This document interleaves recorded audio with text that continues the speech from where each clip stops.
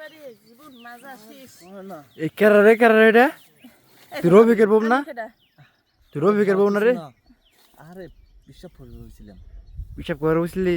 হ্যাঁ তুই রবিকের বউ নিয়ে তুই জঙ্গল নিয়ে এসেছিস? আরে আর কর না, ভাবি ওই কটা খড়ি খুঁড়তে আইছিল, ঠিক আছে? আর ভাবি হ্যাঁ। তুমি হইলো যে যে রিয়ার জামাই নিয়ে আইছো কে? আরে বুঝো না, আরে ভাবি। একলা একলা কি জঙ্গলে আসা যায় নাকি?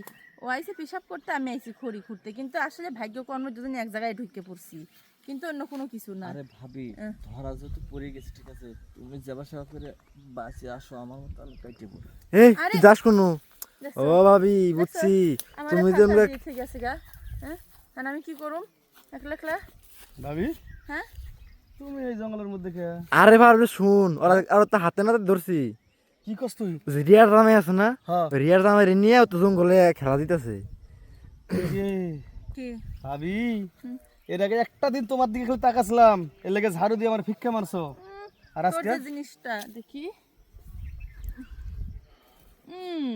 একটু জিনিস নিয়ে কি এমন ভাব লিখছে, মনে হচ্ছে যে এত বড় একটা জিনিস নিয়ে আইছে আমার কাছে। হ্যাঁ, ছোট জিনিস।